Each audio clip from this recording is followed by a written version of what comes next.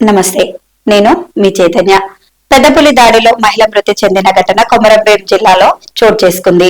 ఆసిఫాబాద్ జిల్లా కాగజ్ నగర్ మండలంలోని బెంగాల్ క్యాంప్ 6వ నెంబర్లో గన్నారం గ్రామం నజ్లూర్ నగరికి చెందిన మోర్లే లక్ష్మి 21 సంవత్సరాల మహిళపై పులి దాడి చేసింది.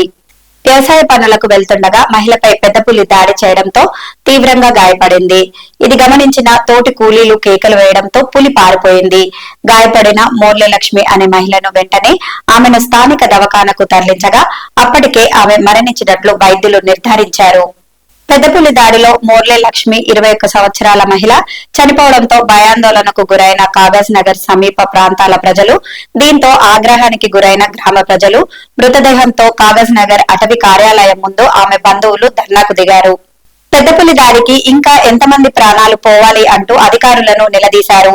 పెద్దపులి దాడిలో మహిళ మృతిపై ఆందోళన వ్యక్తం చేసిన తెలంగాణ ఆదివాసీ గిరిజన సంఘం జిల్లా కమిటీ, జిల్లా ఫారెస్ట్ అధికారులు ఉన్నతాధికారుల మెప్పు పొందడం కోసం పెద్ద పులులను పట్టుకోవడంలో అలసత్వం ప్రదర్శిస్తున్నారని మండిపడ్డారు.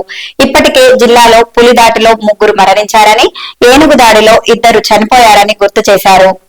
అయినా ఫారెస్ట్ అధికారుల నుంచి ఎటువంటి చలనం లేకపోవడం బాధాకరం అన్నారు. జంతువుల ప్రాణాలకు ఇచ్చినటువంటి విలువ మనుషుల ప్రాణాలకు ఇవ్వడం లేదు అని ఆవేదన వ్యక్తం చేశారు. ఈ ప్రాంతంలో తిరుగుతున్న పెద్ద పులిని వెంటనే బంధించి తడోల పులుల సంరక్షణ ప్రాంతానికి తరలించాల్సిందిగా డిమాండ్ చేశారు.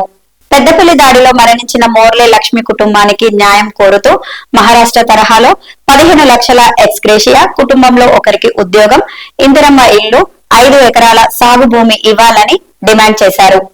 లేని పక్షంలో కుటుంబ సభ్యులతో కలిసి పెద్ద ఎత్తున ఉద్యమం చేపడతామని హెచ్చరించారు. ఈ ఘటనపై కేసు నమోదు చేసి దర్యాప్తు చేస్తున్న పోలీసులు